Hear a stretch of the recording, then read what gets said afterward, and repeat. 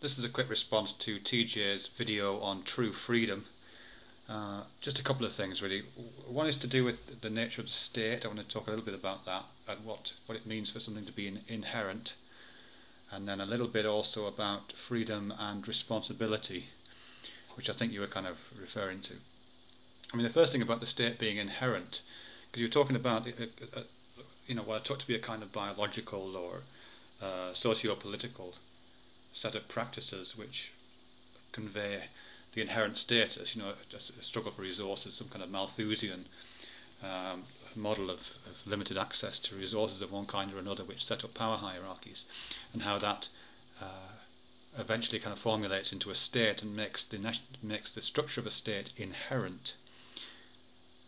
Yeah, I'm not sure about that really, because I mean, part of me completely understands that, and certainly pre-state societies, which were even more hierarchical than ones we've got now, I would say are absolutely that, and we do absolutely have traces of that, unfortunately, in current states.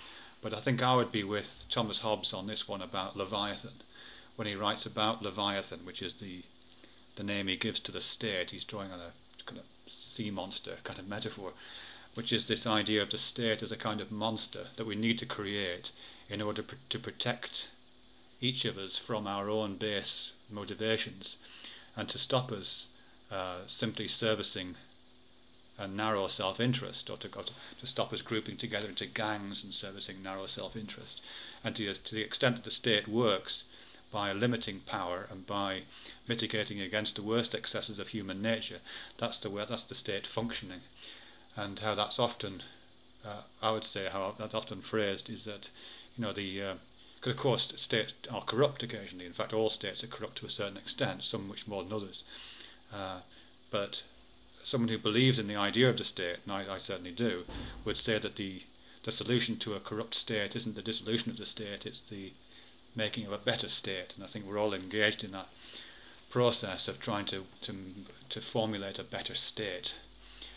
Better democratic processes, better ways of getting officials into power which can do that job properly, better means of ensuring accountability and responsibility, better judicial systems, better healthcare systems, all the things that a state needs to service those needs and to defray the worst effects of individual self-interest, and to protect us from our own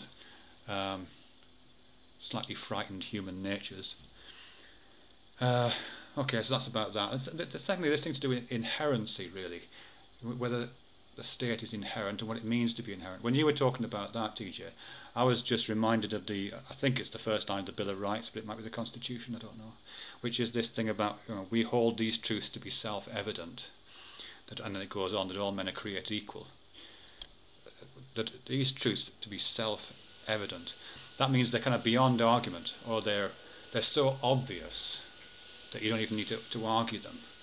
That's what I take to be self-evident as meaning, and that that if we feel that certain freedoms are deserving of all citizens, to the extent that they are inherent, that they are self-evident, then they wouldn't even need arguing. Of course, gay people can get married. Of course, abortion should be available on demand. Of course, it's like, where's the argument? You have to be brain dead not to see it. That's the kind of aspiration when you're saying that something should be self-evident.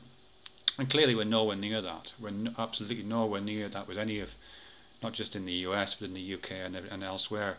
There's still a lot of arguing to do, and the arguing and the conversations around this, I think, are really important.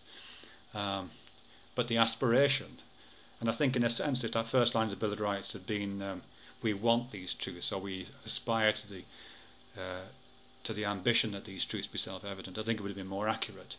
That we want to feel in our deepest soul, if you like, that all men are created equal, so that it's beyond argument. That's the inherency which I think I would like to see, and I think which is kind of embedded in all of these practices that we're talking about. You did say this, but I really like this line, by the way, TJ. You said something like, freedom is the freedom to allow somebody to do stuff you don't like, which is great. It's like we're all free to be offended. It's reminiscent of that idea, which I think is great, because it's about depersonalizing one's own interests which is a sign of something becoming inherent and self-evident.